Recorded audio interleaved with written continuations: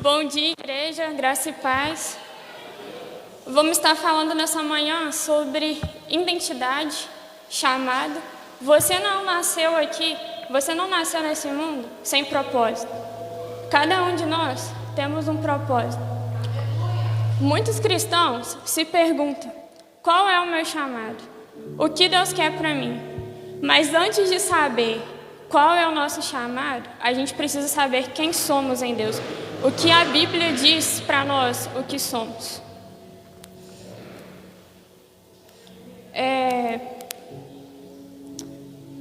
Repitam aí. Para que eu possa viver coisas maiores, primeiro eu preciso saber quem eu sou. E nessa manhã Deus vai revelar para vocês. Lá em 1 Pedro 2,9, Pedro, em um simples versículo, ele já diz quem somos, qual é a nossa identidade e nos responde qual é o nosso chamado. Abram aí 1 Pedro 2,9.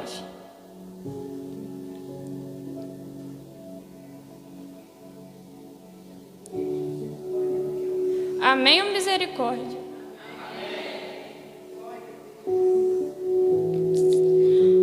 Lá diz assim, ó: vocês, porém, são geração eleita, sacerdócio real, nação santa, povo exclusivo de Deus, para anunciar as grandezas daqueles que o chamou das trevas para a sua maravilhosa luz. A primeira coisa que o texto diz e revela quem somos é que somos eleitos. Jesus nos escolheu. Nós não temos capacidade alguma de escolher Ele. Ele nos amou primeiro. Então, lá em João 15,16, deixa bem claro isso.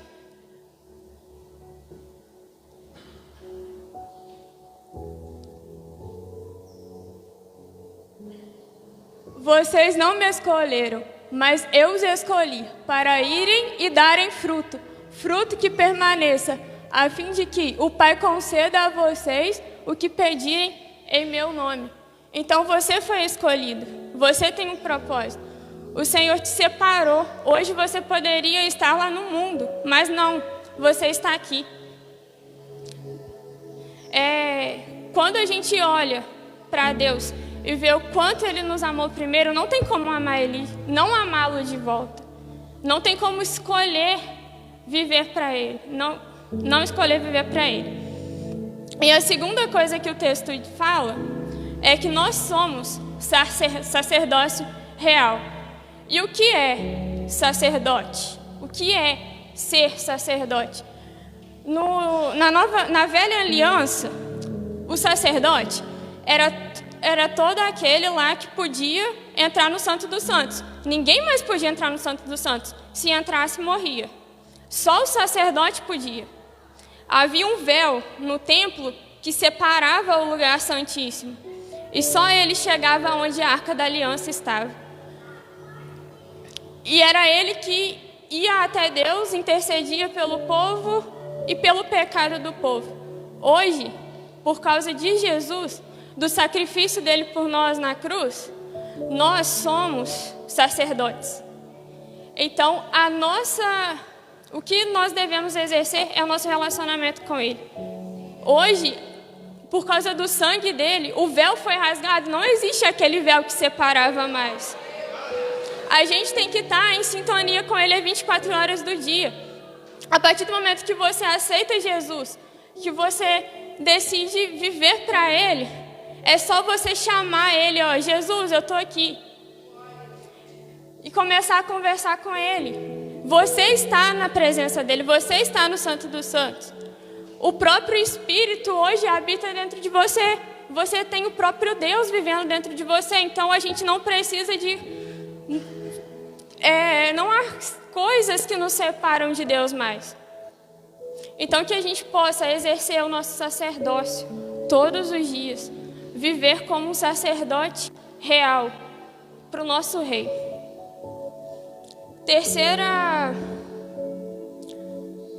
Terceiro tópico diz que nós somos nação santa. O nosso Deus é santo. Então, se Ele fala na palavra dele que a gente tem que ser imagem e semelhança dele, então a gente tem que ser santo. A gente tem que buscar santidade. Ele fala: sede santos, porque eu sou santo. Então, esse é o atributo de Deus que a gente deve buscar. E ele fala também na palavra dele que sem santidade ninguém verá a Deus. Então, se eu não tiver um estilo de vida santo, quando ele voltar, ou a gente partir, como que a gente vai encontrar com ele? Sendo que ele fala que só vê ele aquele que vive em santidade. E ser santo não é aquele que não peca, porque a palavra de Deus fala que todos nós somos pecadores. Por sabermos que somos pecadores, a gente tem que pegar a graça dele, buscar a perfeição. Ele nos mandou a graça dele para nos ajudar a vencer o pecado. Gente, o pecado, ele tem que gerar nojo em nós. A gente não pode ficar confortável com o pecado. Se a gente está confortável com o pecado, tem coisa errada. Ele nos chamou para a salvação e para a santificação. Ele não só quer nos salvar, ele quer nos santificar. A gente tem que buscar uma vida, um estilo de vida santo. E santo não é aquele que nunca se suja, é aquele que sempre se lava. Que quando a gente pecar, que a gente seja rápido para se arrepender, que a gente possa correr para se lavar.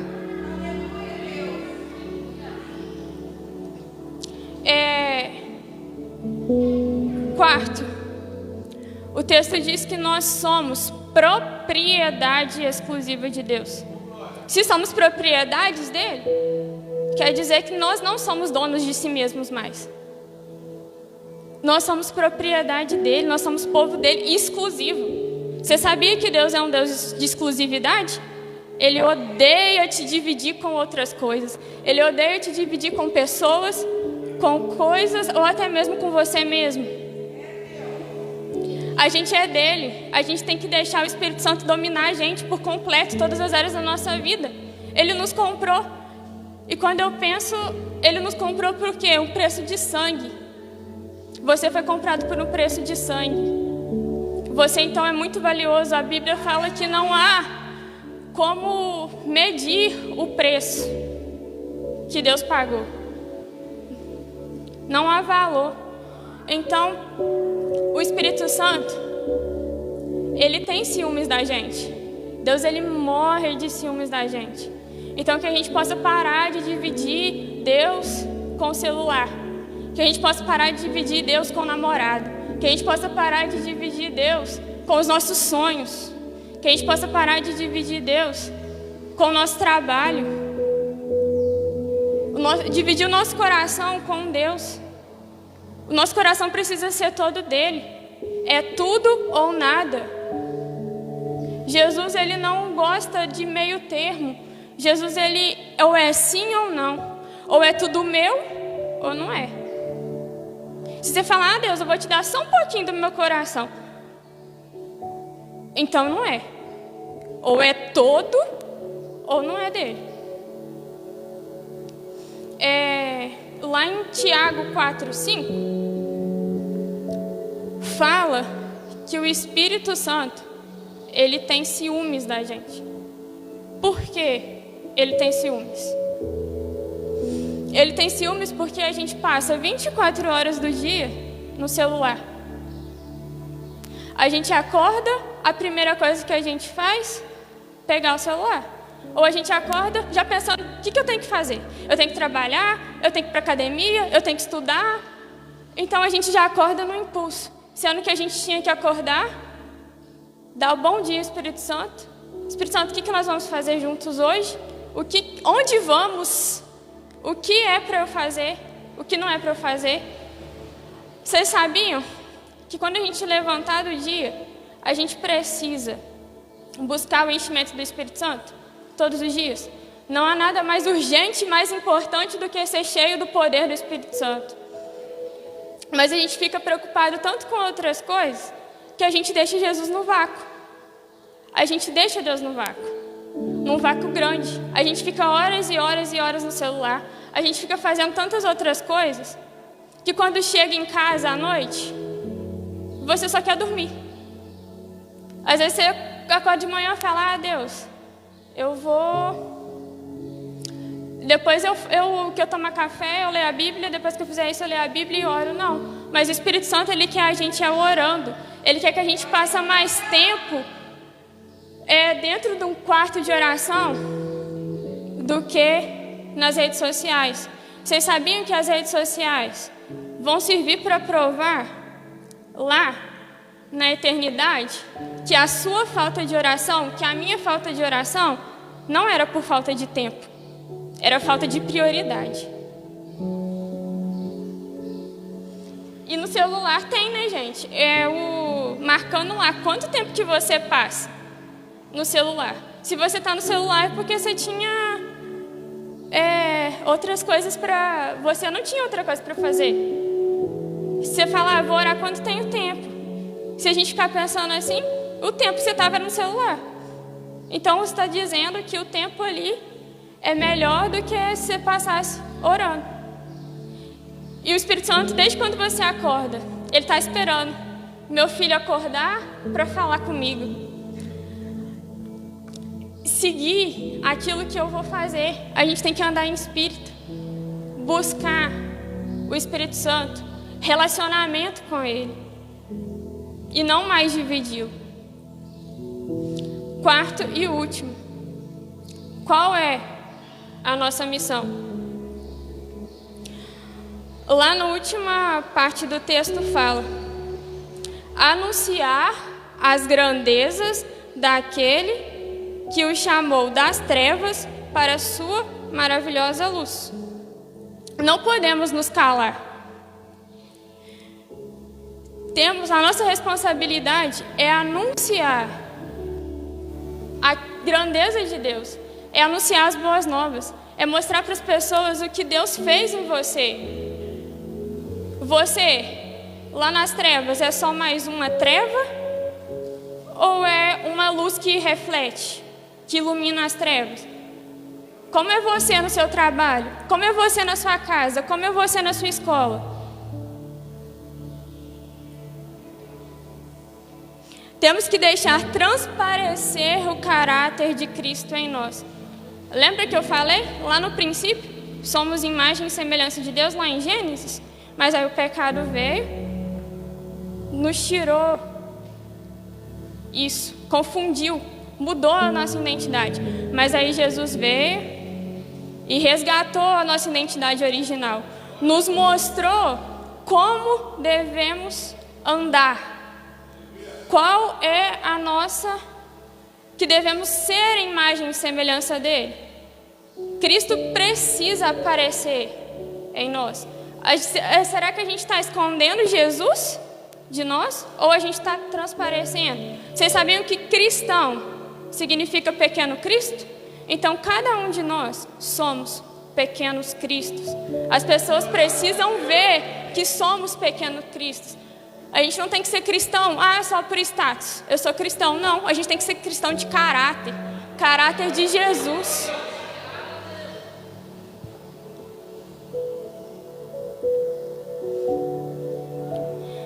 Saiba que essa é a sua missão. Você tem responsabilidade de ser embaixador dos atributos de Deus. Falar dos feitos dele. Tem pessoas que às vezes conhecem a palavra, conhecem a Bíblia, mas ela não toma para si essa identidade. Ela sabe por saber, mas ela não assume, ela não pega para viver. E a gente precisa assumir o nosso chamado. A gente não precisa deixar, a gente não pode deixar o medo nos parar. A gente não pode deixar a vergonha. Se eu, na escola, principalmente, né? Se eu mostrar com a minha vida que eu sou cristão aqui, Deus quer te usar, tanto na sua fala quanto nas suas atitudes. Mas tem pessoas que têm vergonha. Deixa eu ser um cristão 007. Ninguém precisa saber que eu sou cristão. Às vezes ouve algo, mas não defende o evangelho. Prefere ficar de boa do que ser ridicularizado pela palavra de Deus. Por causa da palavra de Deus. Não tenha medo. Saia da sua zona de conforto hoje. Comece a buscar santidade. Comece a exercer o seu sacerdócio. Comece a rever como está o seu coração. Se você tem dado a sua vida toda para Deus realmente. Deixar dele ser o seu dono, o seu guia. Não negocie a sua identidade.